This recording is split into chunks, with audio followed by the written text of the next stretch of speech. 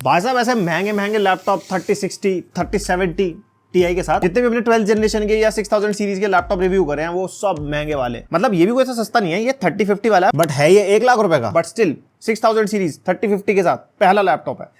चलो इसी बात पे पहली बार आया तो सब्सक्राइब मारो। तो ये हमारा ROG Strix G17 है Ryzen 7 6800H और RTX 3050 के साथ। और G15 और G17 में जिसको कंफ्यूजन है थोड़ा सा बता दूं, G15 हमारे 15.6 इंचेस के हैं और G17 हमारे 17.3 इंचेस के हैं, सिर्फ साइज का फर्क है, लैपटॉप बिल्कुल सेम है। हाँ, जो G17 है इसके थर्मल्स थोड़े से बेटर है क्योंकि बड़ी चेसी है ना, तो उस वजह से जो वेंटिलेशन है वो बढ़िया होता है, बाकी कोई डिफरेंस नहीं है, बस इतना ही है। लिंक मैं दे दूंगा G15 और G17 दोनों का, तो जो बाय करना हो वहां से बाय कर लेना वीडियो के एंड तक अगर मन बने। हाँ, वीडियो के एंड से याद है, जो भी 1,10,000 के रेट में आसपास वाले लैपटॉप्स होंगे ना कंपेटिटिव वाले 3050 वाले, तो उनसे भी मैं कंपेयर करूंगा कंक्लूजन में, तो कंक्लूजन पार्ट मिस नहीं करना। अभी खोल लेते हैं भाई साहब। तो कुछ ऐसा बॉक्स मिल जाता है ब्लैक कलर का ROG का, जैसा यूजुअली टिपिकल बॉक्स वही वाला, एंड ये उठाते ही हमारा यहाँ पे लैपटॉप ऊपर को उठ जाता है। तो ये वाला हमारे पास कुछ ग्रीन वाला कलर आया हमारे पास और ये ग्रे कलर का लैपटॉप है। एंड यहाँ पे हमारा 200 वॉट का चार्जर मिल जाता है, एक कोई बेसिक सी पावर कॉर्ड मिल जाती है और इधर कुछ नहीं है। और यहाँ पे हमारे को थोड़ी बहुत पुस्तकें मिल जाती हैं। तो थोड़ा सरप्राइज हो रहे होंगे जो स्ट्रिक्स सीरीज से थोड़े से वाकिफ हैं कि वेबकैम नहीं है डब्बे में।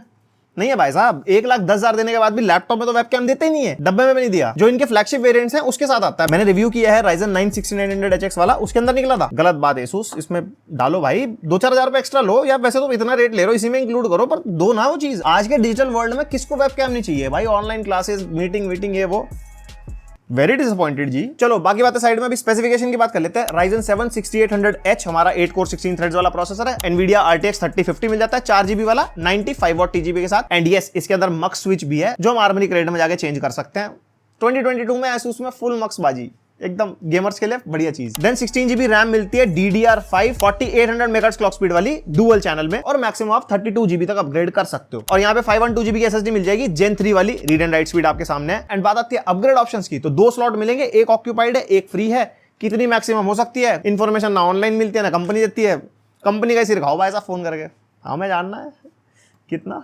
और Wi-Fi 6E and Bluetooth version 5.2 मिल जाएगा आपको। तो कोई MS ऑफिस नहीं है इसके साथ। और हाँ, शायद एंटीवायरस है 1 साल के लिए मिलता है McAfee का, वो एक अच्छी चीज है, बट मैं MS ऑफिस एक्सपेक्ट कर रहा था। MS ऑफिस होना चाहिए आज की डेट में, सभी यूज करते हैं, कौन नहीं करता कमेंट करके बताओ। और ये इंपॉर्टेंट पार्ट देहरादून/उत्तराखंड वाले लोगों के लिए, और बाकी लोग जा सकते हैं टाइम स्टैम्प देख के फटाफट आगे भाग जाओ। तो भाई जो लोग लैपटॉप खरीदना चाहते हैं देहरादून से हो उत्तराखंड से हो, तो आप लैपटॉप स्टोर विजिट कर सकते हो जो हमारा कैप्री ट्रेड सेंटर में। यहाँ पे सारी वैरायटी के लैपटॉप मिल जाएंगे, बेसिक से लेके इकोनॉमिक से लेके थिन एंड लाइट से लेके गेमिंग स्पेसिफिकली। तो वहां पे आप विजिट करो, लैपटॉप्स वगैरह देखो, और यहाँ पे सारे पेमेंट मोड्स आपको मिल जाएंगे, कैश क्रेडिट EMI जो भी मतलब। तो कॉन्टैक्ट डिटेल्स और एड्रेस आपको डिस्क्रिप्शन मिल जाएंगे, वहां से चेकआउट कर लेना। और अब बढ़ते हैं लैपटॉप की सुंदरता की तरफ। तो जैसे कि हमारा ROG सीरीज का लैपटॉप है, यहाँ पे ROG का लोगो मिल जाएगा और टॉप लिड हमारे को मेटल की मिल जाती है। यहाँ पे हरी हरी पट्टी बनी है जिसके ऊपर ROG लिखा है, और यहाँ पे पैटर्न वैटर्न बन रखे हैं बढ़िया वाले। और इधर भी यहाँ पे छेद मिल जाते हैं वेंटिलेशन के लिए। और हाँ, ये चीज था ना MM6, ये मेरे को कमेंट सेक्शन से पता लगा, तो ये कुछ रोमन नंबर्स में कुछ ईयर वगैरह का कुछ बताया था मुझे किसी ने, ये ऑनलाइन देख लेना। बाकी इधर भी एयर वेंट मिल जाता है, यहाँ पे हमारे पोर्ट्स मिल जाते हैं, और इधर भी पोर्ट्स मिल जाते हैं, और यहाँ पे एयर वेंट मिल जाएगा, और दूसरी तरफ भी एयर एग्जॉस्ट वेंट मिल जाता है। और बाकी इधर की तरफ कोई पोर्ट नहीं है, और पीछे से बढ़िया खुला खुला माहौल दिया इन्होंने। मतलब यहाँ पे जितने भी आप छोटे छोटे डॉट्स देख सकते हो ये सब खुले हुए हैं, बाकी बंद है। और लुक भाई बहुत प्यारी लुक है, ग्रीन कलर का। यहाँ पे रबर पैडिंग दी है, और यहाँ पे नीचे रबर पैडिंग दी है। और ये वाली जो रबर पैडिंग है ना, यहाँ पे लिखा है फॉर दोज हु डेयर, है मत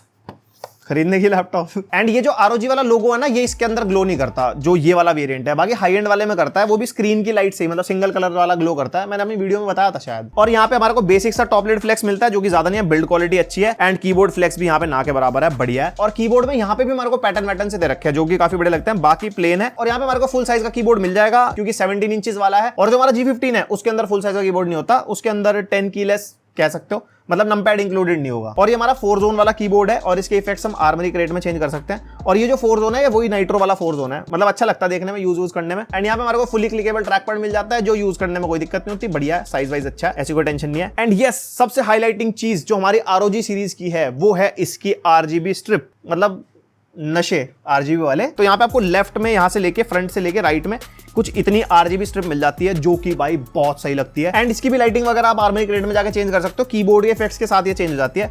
बढ़िया चीज है, गेमर हो, लाइटों से प्यार है, ROG सीरीज आपके लिए है सर। और जब बिल्ड एंड डिजाइन की बात हो रही है तो इसका हिंज भाई काफी स्टेबल है, और यहाँ पे जो वॉबल है ना भाई, ना के बराबर वॉबल है, आप खुद देख लो। बाकी तो मेरी टेबल भी हिलती है, बट ये इसका वॉबलिंग इससे पता लग जाती है। समझदारों को पता है, विक्टस की वीडियो में तो पंखे से वॉबल हो रहा था लैपटॉप, तो मतलब समझ रहा हो ना उससे अंदाजा। बढ़िया है, मतलब हिंजेस अच्छे हैं, ROG के हमेशा से अच्छे रहे हैं। एंड इस लैपटॉप का जो वेट है वो हमारे को 2.4 kg मिल जाता है। तो भाई गेमिंग लैपटॉप है और भारी बातचीत तो होगी, 2 किलो से तो ऑब्वियसली सारे ऊपर होते हैं। यस, अब बात आती है डिस्प्ले की। इसके अंदर हमारे को 17.3 इंचेस की full HD IPS level anti glare display मिलती है। और IPS लेवल यूज करने का मेरे को आज तक समझ नहीं आया। कहते हैं कि TN होता है, कुछ लोग कहते हैं, और कुछ लोग कहते हैं कि IPS लेवल लिखने से ना कुछ सर्टिफिकेशन का भी सीन होता है, जो मैंने ऑनलाइन पढ़ा है। मेरे को पर्सनली कुछ नहीं पता, बट यूज करने में IPS ही लगती है बिल्कुल। मतलब ऐसा लगता ही नहीं कि आप कोई दूसरी डिस्प्ले चला रहे हो। एंड 45% NTSC है, 62.5% sRGB है, एंड 250 निट्स की ब्राइटनेस है, 144 हर्ट्ज का रिफ्रेश रेट है, डॉल्बी विजन का भी सपोर्ट है, एंड एडाप्टिव सिंक का भी सपोर्ट है। तो डिस्प्ले आपको वही मिलेगी, वही 250 निट्स वाली, 45% NTSC वाली, जैसी एक नॉर्मली आपको गेमिंग लैपटॉप मिलती है फ्रॉम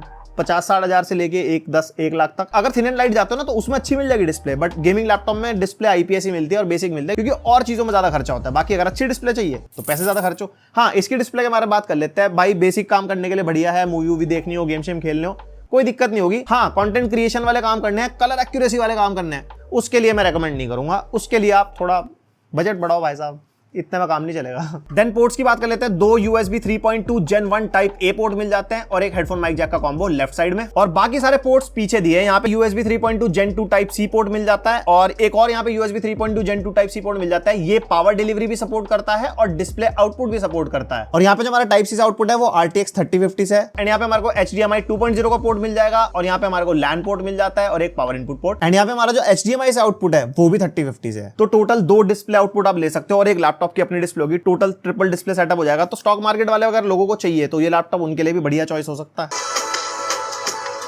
स्पीकर तो अच्छे हैं भाई, मतलब लाउड है स्पीकर, और डाउन फायरिंग मिलते हैं हमारे को स्पीकर। और स्पीकर की क्वालिटी में कहूंगा कि अगर आप बैठ के मूवी वगैरह देख रहे हो तो अच्छा खासा एक्सपीरियंस आपको दे देगा। मतलब बढ़िया वाली कैटेगरी में कह सकता हूं उसके स्पीकर जो लैपटॉप्स में आते हैं यूजुअली। एंड यस, बैटरी ते बैकअप इसके अंदर मिलते हैं 90 वॉट आवर की बैटरी। और इसको मैंने वही टेस्ट किया था अपनी बेसिक यूसेज में, कीबोर्ड बैकलाइट ऑफ, ब्राइटनेस 50% पे, बैटरी सेवर मोड लगाया था। और हाँ, मक स्विच मेरा ऑफ था या ऑन था, मतलब IGP मोड पे था हमारा लैपटॉप, ताकि कम पावर कंज्यूम करे। एंड इसके अंदर मेरे को 4.5 से लेके 5 घंटे का बैकअप मिला, जो एक गेमिंग लैपटॉप के मामले में भाई बहुत बढ़िया। और यूसेज वो यूट्यूब वगैरह, सॉफ्टवेयर इंस्टॉलेशन, बेसिक वगैरह सब कुछ। तो बैटरी बैकअप मैं कहूंगा अच्छा है। बाकी आप परफॉर्मेंस जैसे जैसे चेंज होगी उसके अकॉर्डिंग फिर बैटरी बैकअप भी चेंज होगा। तो लैपटॉप की पूरी बातचीत हो चुकी है। अब जरा नंबरों शंबरों की बात कर लें, मतलब कैसी परफॉर्मेंस देगा वो भी बताऊंगा आपको। सिनेमैच R23 में multi core score 13492 and single core 1502, and ये Geekbench 5 का स्कोर है, ये वीडियो पॉज करके देख लेना। Then 3D Mark Time Spy, इसके स्कोर भी वीडियो पॉज करके देख लेना। एंड देन PC Mark 10 6648, जो कि काफी सही है। और ये हमारा क्रॉस मार्क का स्कोर है, जो वीडियो पॉज करके आप चेकआउट कर सकते हो। ये बेसिकली दूसरे लैपटॉप से कंपेयर करने के लिए कि 4 चीजों के जो स्कोर है, जो हमने टेस्ट किया उसमें कैसे आ रहे हैं, जो आपने खरीदा या जो पहले रिव्यू किया है उसके लिए बहुत सही रहता है। तो काफी लोगों ने नोटिस कर लिया होगा इसके जो स्कोर्स हैं वो Ryzen 9 5900HX जैसे हैं। तो जो Zen 3 प्लस आर्किटेक्चर बेस्ड हमारे 6000 सीरीज के प्रोसेसर है ना, ये बहुत थोड़े से बढ़िया है। मतलब 10% का बूस्ट आपको मिलेगा इसके अंदर पुरानी जनरेशन से। तो डेफिनेटली आप इनके लिए जा सकते हो एज कंपेयर टू 5000 सीरीज। और AMD 6000 सीरीज का क्या फायदा रहने वाला है वो आपको गेम टेस्ट में पता लगेगा। मतलब लास्ट जनरेशन से एक चीज में बहुत बढ़िया काम किया है इन्होंने। और i7 12 जनरेशन के साथ लोगों ने बोला कि कंपेयर करने को, तो कुछ टफ के स्कोर्स मैं आपको दिखाता हूं स्क्रीन पे जिनके साथ इसका कंपैरिजन है। डेफिनेटली i7 12700H ज्यादा अच्छा परफॉर्म कर रहा है एज कंपेयर टू 6800H। तो मैं कहूंगा जो भी CPU सेंट्रिक लोग हैं वो तो डेफिनेटली इंटेल 12 जनरेशन के लिए जाओ। बट अगर किसी को गेमिंग करनी है ना, गेमिंग के लिए AMD 6000 सीरीज ज्यादा बढ़िया है और ज्यादा पावर एफिशिएंट भी है, वो आपको गेमिंग टेस्ट में पता चली जाएगा। अब बात कर लेते हैं भाई परफॉर्मेंस की, कि मतलब क्या कुछ कर सकते हो। 4K एडिटिंग मैंने इसके ऊपर करके देखी, बढ़िया परफॉर्मेंस दे रहा था। उसके अलावा जो सवाल पूछे, इंस्टाग्राम पे स्टोरी डाली थी ग्राफिक्स डिजाइनिंग, एनिमेशन, VFX वगैरह के लिए, तो मैं उनको सजेस्ट करूंगा आप 3060 वाला लैपटॉप लो। इन कामों में हमारा GPU ज्यादा यूज होता है, CPU भी होता है, बट CPU आपको सेम ही चाहिए होगा, एटलीस्ट 8 कोर CPU। बट आप ग्राफिक कार्ड थोड़ा अच्छा लो, और रैम कम से कम 32 GB अगर आप बहुत ही तगड़े लेवल का काम करने वाले हो, लाइक आफ्टर इफेक्ट्स भी अगर आप चलाने वाले हो, वरना 16 GB में भी काम चल जाता है। दूसरा, म्यूजिक प्रोडक्शन वाले आराम से ले सकते हैं। फोटोशॉप चलाना डेफिनेटली आराम से ले सकते हैं। कोडिंग वगैरह करनी है, जस्ट गो फॉर इट। और बात आती है बेसिक काम की, तो इतना महंगा लैपटॉप लेके आपको मल्टीटास्किंग और ये सब के लिए भी अगर सवाल पूछना पड़े ना तो अब गलत चैनल पे आए हो। तो भाई ये परफॉर्मेंस हो गई सारी। अब गेम में देखो बढ़िया 5-6 गेम जो हमेशा टेस्ट करते हैं वो मैंने इसके अंदर भी किए हैं, उसके बाद बात करता है कंक्लूजन की। स्टार्टिंग विद वैलोरेंट, इसको हम टेस्ट कर रहे हैं हाई सेटिंग्स पे एंड यहाँ पे हाई सेटिंग्स पे 1080p पे हमारे को 300 अप्रॉक्स FPS मिल रहा है, 300 350 और रूम टेम्परेचर 27 to 28 डिग्रीज है। तो उसके अकॉर्डिंग आप टेम्परेचर देखना कितने सही मैनेज कर रहा है, क्योंकि इसका जो CPU है ना वो ज्यादा पावर ड्रॉ नहीं कर रहा है, इसकी वजह से थर्मल्स है इस लैपटॉप के वो काफी सही तरीके से मैनेज्ड है। और CPU क्लॉक स्पीड ना यार MSI आफ्टरबर्नर के थ्रू ना मेरी ऐड नहीं हो पाई थी, पता नहीं क्या ग्लिच था, ये Ryzen 6000 सीरीज में कुछ ऐसा है। उसके बाद हम टेस्ट कर रहे हैं वॉरजोन की सेटिंग्स रखी है हमने नॉर्मल, मतलब मीडियम और हाई का जो मिक्सचर होता है हमारा वो हमने रखा है यहाँ पे, और बाकी फील्ड ऑफ व्यू हमारा 100 है एंड DLSS को रखा है मैंने बैलेंस्ड पे। एंड सीरियसली भाई यहाँ पे काफी सही परफॉर्मेंस निकल गई वॉरजोन की। हमारे को मीडियम सेटिंग्स पे 100+ FPS मिल रहे थे, 100 120 एंड सीरियसली मुझे इतनी उम्मीद नहीं थी कि ऐसी परफॉर्मेंस निकाल के दे देगा। और ऊपर GPU की TGP आप देख सकते हो 70 to 75 वॉट पावर ड्रॉ कर रहा है हमारे वॉरजोन के अंदर, तो मतलब हमारा GPU भी अच्छे से मतलब यूज हो रहा है। उसके बाद हमारा फार क्राई 6 जिसको हम टेस्ट कर रहे हैं मीडियम सेटिंग्स पे, और फिडिलिटी FX को मैंने नीचे रखा है ऑन एंड मीडियम सेटिंग्स पे आप देख सकते हो VRAM क्रॉस कर गई है इसकी रेड में, बट स्टिल अगर आप यहाँ पे देखोगे तो 80 85 90 FPS हमारे को आराम से मिल रहे हैं मीडियम सेटिंग्स पे। तो इसका 3050 गेमिंग के मामले में मतलब काफी सही परफॉर्म कर रहा है। उसके बाद Forza Horizon 5 मीडियम प्रीसेट पे हम यहाँ पे टेस्ट कर रहे हैं and as expected medium preset पे 80 to 90 FPS मिल रहे हैं, जो कि काफी सही है। और सबसे बड़ा बेनिफिट पता है इसमें लैपटॉप में क्या हो रहा है, 16 GB रैम का डुअल चैनल में ना,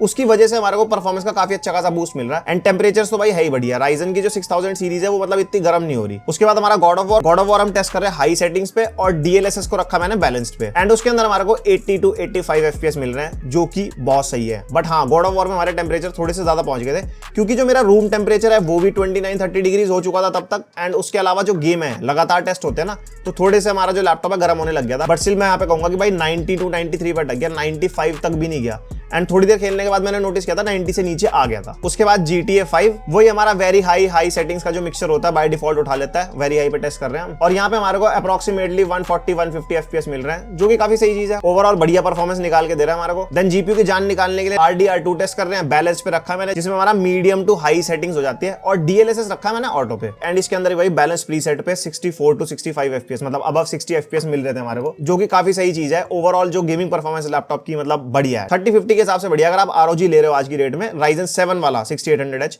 तो गेमिंग के मामले में आपको डिसअपॉइंट नहीं करेगा ये। तो भाई देख लिया गेम टेस्ट, देख लिया सब कुछ, परफॉर्मेंस सब कुछ। अब बात करता है कंक्लूजन की, और ये सारे सवाल मैंने इंस्टाग्राम से उठाए हैं जो मैंने स्टोरी डाली थी ना इसकी। तो सबसे पहला सवाल आया था डेल G15 जो भी 12 जनरेशन के साथ 3050 Ti के साथ आया वर्सेस दिस वन, तो वो मैंने टेस्ट नहीं करा। उसके अंदर मैं रैम रूम देख रहा था 2933 मेगाहर्ट्ज लिखी थी, पता है मुझे गलत लिखी होगी, 2022 में नहीं आएगी, और मुझे कुछ TGP के बारे में नहीं पता, उसकी डिस्प्ले के बारे में पता, पोर्ट्स क्या है क्या नहीं है, इवन दी बैटरी बैकअप बहुत कम वॉट आवर की बैटरी है, और WVA पैनल है। तो बहुत सारी चीजें हैं जो रियल टाइम यूज करके पता लगेंगी, वो आएगा उसके बाद स्टेटमेंट देंगे, अभी नहीं मैं कुछ कहूंगा। और एक बहुत कॉमन सा सवाल था 3050 वाला लैपटॉप ले 3050 Ti वाला ले, वही 90-95 वॉट वाले जितने आते हैं। तो मैं कहूंगा आप कोई भी ले लो यार, दोनों में ज्यादा फर्क नहीं है, 10 से 15 FPS का फर्क आएगा गेमिंग में, उतना फर्क डालेगा आपकी लाइफ में, आपके गेम प्ले पे। तो लो 3050 Ti वरना 3050 बढ़िया, दोनों मतलब लगभग सेम सी परफॉर्मेंस देते हैं गेमिंग के मामले में भी और प्रोडक्टिविटी के मामले में भी। Tough F15 i7 12th generation के साथ 3050 और ये वाला 3050, तो भाई वो हमारा 1,09,000 में 3050 Ti के साथ i7 मिल रहा है, तो डेफिनेटली मैं कहूंगा भाई F15 बेटर है यहाँ पे। नाइट्रो 2022 और ये वाला नाइट्रो वही 3050 Ti के साथ i7 12th जनरेशन। तो नाइट्रो में आपको दो बेनिफिट मिलेंगे, एक तो ऑब्वियसली प्रोसेसर तो बेटर मिल जाएगा i7 12th जनरेशन जो बढ़िया परफॉर्म कर रहा है, एंड थंडरबोल्ट 4 भी मिल जाएगा, जो देखो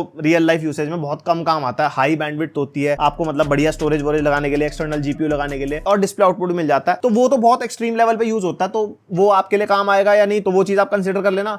दूसरा DDR4 मेमोरी है उसके अंदर, इसमें DDR5 है, एंड DDR5 की परफॉर्मेंस डेफिनेटली बेटर है। आज की डेट के जो 6000 सीरीज के प्रोसेसर है, 12th जनरेशन प्रोसेसर है, उसके लिए DDR5 रैम ज्यादा अच्छा परफॉर्म करती है ओवरऑल जो पीसी की परफॉर्मेंस है। तो ये चीज का ध्यान रखना, ये बेसिक सा डिफरेंस है, ये दोनों चीजें मैटर करेंगी, तो जैसे जैसे मैटर करेंगी वैसे वैसे बाइंग चॉइस बनाना। और एक बड़ा कॉमन सा सवाल था ROG 2021 Ryzen 9 5900HX और 3050 के साथ, और Ryzen 7 6800H और 3050 ये वाला। तो यहां पे मैं कहूंगा ये वाला लेना, Ryzen 9 का नंबर देख के वो वाले पे मत जाना। अकॉर्डिंग टू technical.city दोनों के प्रोसेसर की परफॉर्मेंस सेम है, कोर काउंट सेम है, ये Zen 3 प्लस आर्किटेक्चर पे आता है, प्लस थर्मल्स बेटर है इसके। Ryzen 9 वाला हमने लैपटॉप रिव्यू किया था, वो भाई अनसेट हीट होता है, ये नहीं होगा क्योंकि इसकी जो TDP है वो काफी कंट्रोल्ड है, परफॉर्मेंस भी अच्छी है उसके हिसाब से, और DDR5 मेमोरी मिल जाएगी। तो करंट जनरेशन लो ना, तो इसी में पैसे इन्वेस्ट करना अगर उससे कंपेयर करोगे तो। ये कुछ कॉमन से क्वेश्चंस थे जो मुझे लगा कवर करने चाहिए, और कोई क्वेश्चन अगर रह गया हो, कुछ मिस हो गया, क्योंकि जो मेजॉरिटी वाले होते हैं ना वही उठाते हैं। बाकी आप कमेंट सेक्शन में पूछ लेना, मैं कोशिश करूंगा रिप्लाई करने की। पसंद आई वीडियो, पसंद आया लैपटॉप, और हाँ अगर पसंद आया बाय करने वालों,